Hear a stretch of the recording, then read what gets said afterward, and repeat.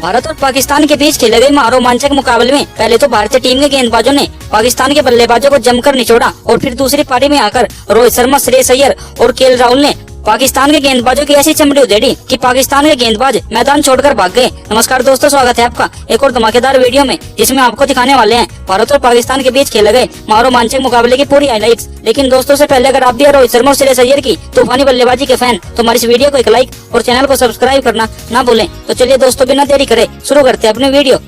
दोस्तों, मैच की शुरुआत दोपहर 2 बजे शुरू होती है और मैच का टॉस जीतकर टीम इंडिया के कप्तान रोहित शर्मा पहले पाकिस्तान को बल्लेबाजी करने के लिए आमंत्रित करते हैं, जिसके बाद पाकिस्तान की ओर से अब्दुल्ला शफीक और ईमान उल हक मैदान पर एंट्री लेते हैं और आती अब्दुल्ला शफीक बुमराह की आखिरी गेंद पर एक शानदार बाउंड्री जड़ देते हैं और इसके बाद ईमान उल हक भी दूसरे ओवर में मोहम्मद सिराज को 2 शानदार चौके जड़कर तेजी के साथ अपनी टीम का स्कोर आगे बढ़ाते हैं और इसके बाद दोनों बल्लेबाज सिंगल डबल की मदद से पहले 5 ओवर में पाकिस्तान का स्कोर 23 रनों तक पहुंचा देते हैं। लेकिन तभी 8वें ओवर में पाकिस्तान को एक बहुत बड़ा झटका देखने को मिलता है। मोहम्मद सिराज शानदार बल्लेबाजी कर रहे अब्दुल्ला शफीक का विकेट उठाकर पाकिस्तान के खेमे में शोक की लहर चला देते हैं और इसके साथ शफीक 20 रन बनाकर पवेलियन लौट जाते हैं और इसके बाद ईमान उल हक का साथ देने मैदान पर बाबर आजम आते हैं और दोनों बल्लेबाज मिलकर अगले 2 ओवरों में एक बाउंड्री और सिंगल डबल की मदद से 10 ओवर तक पाकिस्तान का स्कोर 49 रनों तक ले जाते हैं। लेकिन तभी बाबर आजम 11वें ओवर में रफ्तार पकड़ लेते हैं और हार्दिक पांड्या को 2 शानदार चौके जड़ देते हैं। लेकिन तभी 13वें ओवर में हार्दिक पांड्या एक बार फिर आते हैं और अपनी दूसरी गेंद पर पहले तो ईमान उल हक के हाथों एक शानदार चौका पी जाते हैं। लेकिन तभी हार्दिक पांड्या अपनी अगली गेंद पर ईमान उल हक का विकेट उठाकर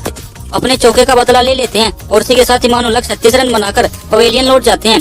और इसके बाद बाबर आजम का साथ देने मैदान पर मोहम्मद रिजवान आते हैं और दोनों बल्लेबाज मिलकर अगले 2 ओवरों में एक बाउंड्री और सिंगल डबल की मदद से 15 ओवर तक पाकिस्तान का स्कोर 2 विकेट के नुकसान पर 79 रनों तक पहुंचा देते हैं और उसके बाद अगले 5 ओवर में बाबर आजम और मोहम्मद रिजवान विकेट बचाते हुए 3 बाउंड्री और सिंगल डबल की मदद से 20 ओवर तक पाकिस्तान का स्कोर 103 रनों तक ले जाते हैं। लेकिन तभी 22वें ओवर में मोहम्मद रिजवान के बल्ले से 2 शानदार चौके देखने को मिलते हैं और इसके बाद बाबर आजम भी कुलदीप यादव को 23वें ओवर में एक शानदार बाउंड्री लगाकर 25 ओवर तक पाकिस्तान का स्कोर 2 विकेट के नुकसान पर 125 रनों तक ले जाते हैं और तभी बाबर आजम 28 और 29वें ओवर में 3 बाउंड्री जड़कर अपना अर्धशतक पूरा कर लेते हैं। लेकिन तभी मोहम्मद सिराज वो करते हैं जिसे देखकर पूरा पाकिस्तान हिल जाता है। मोहम्मद सिराज 30वें ओवर की चौथी गेंद पर पाकिस्तान के लिए तूफानी बल्लेबाजी कर रहे बाबर आजम का विकेट उड़ाकर टीम इंडिया के खेमे में खुशी की लहर चला देते हैं और इसी के साथ बाबर आजम 50 रन बनाकर पवेलियन लौट जाते हैं और इसी के साथ पाकिस्तान 30 ओवर तक आते आते 156 रनों के स्कोर पर अपने 3 विकेट खो देती है। लेकिन अब इसके बाद जो होने वाला था उसे देखकर पूरा पाकिस्तान थर्रा उठता है। पहले तो कुलदीप यादव 33वें ओवर में क्रीज पर आए नए बल्लेबाज साउद शकील का विकेट उठाकर ले जाते हैं और फिर इसके बाद कुलदीप यादव अपनी आखिरी गेंद पर इफ्तिखार अहमद का विकेट उठाकर पूरे पाकिस्तान को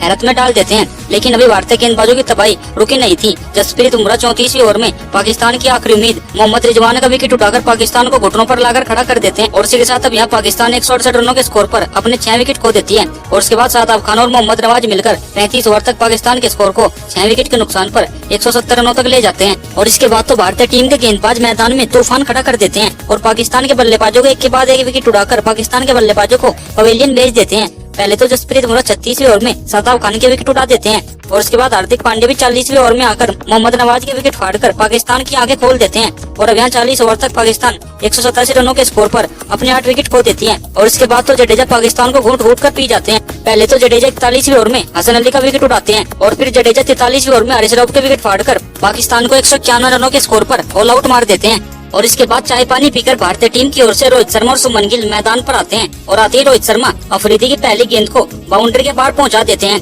और इसके बाद सुमन गिल भी अफरीदी की तीसरी गेंद पर बाजुएं खोलते हुए एक शानदार चौका मैदान के बाहर जड़ देते हैं और इसके बाद अचानक सुमन गिल अपने तूफानी रंग में लौट आते हैं और सुमन गिल दूसरे ओवर में हसन अली को 2 तूफानी चौके जड़कर तेजी के साथ टीम इंडिया का स्कोर आगे बढ़ाते हैं। लेकिन तभी टीम इंडिया को एक बहुत बड़ा झटका देखने को मिलता है। साइंस अफरीदी तीसरे ओवर में खतरनाक बल्लेबाजी कर रहे सुमन गिल का विकेट उठाकर ले जाते हैं और इसी के साथ सुमन गिल 16 रन बनाकर पवेलियन लौट जाते हैं और अब इसके बाद रोहित शर्मा का साथ देने मैदान पर विराट कोहली आते हैं और दोनों बल्लेबाज मिलकर अगले 2 ओवरों में 3 बाउंड्री और सिंगल डबल की मदद से 5 ओवर तक टीम इंडिया का स्कोर 38 रनों तक पहुंचा देते हैं। लेकिन तभी अगले 4 ओवरों में रोहित शर्मा और विराट कोहली मैदान में तूफान खड़ा कर देते हैं।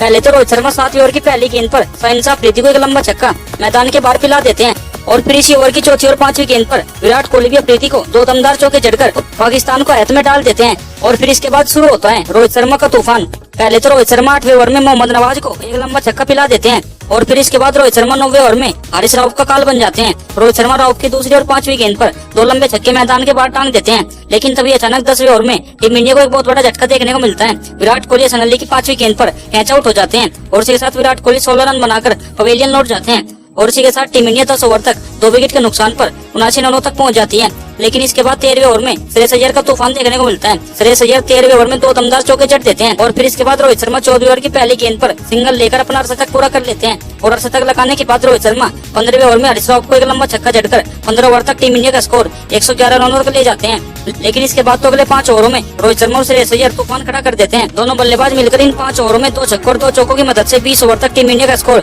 142 रनों तक ले जाते हैं। लेकिन तभी 22वें ओवर में शाहिन अफरीदी खतरनाक बल्लेबाजी कर रहे रोहित शर्मा का विकेट उठाकर ले जाते हैं और इसी के साथ रोहित शर्मा 86 रनों की ताबड़तोड़ पारी खेलकर पवेलियन लौट जाते हैं। और इसके बाद केएल राहुल और श्रेयस अय्यर मिलकर बड़े आराम से सिंगल डबल की मदद से 25 ओवर तक टीम इंडिया का स्कोर 165 रनों तक ले जाते हैं। और अब यहाँ से भारतीय टीम को जीत के लिए मात्र 26 रनों की जरूरत होती है और दोनों बल्लेबाज मिलकर अगले 5 ओवर में 2 बाउंड्री और सिंगल डबल की मदद से 30 ओवर तक भारतीय टीम का स्कोर 186 रनों तक ले जाते हैं। और अब यहाँ भारतीय टीम को मात्र 6 रनों की दरकार होती है और 31 ओवर में श्रेयस अय्यर एक शानदार चौका जड़कर अपना अर्धशतक पूरा करते हैं और टीम इंडिया को ऐतिहासिक जीत दिला देते हैं। बता दें इस मैच में श्रेयस अय्यर 53 रनों की तूफानी पारी खेलकर चले जाते हैं।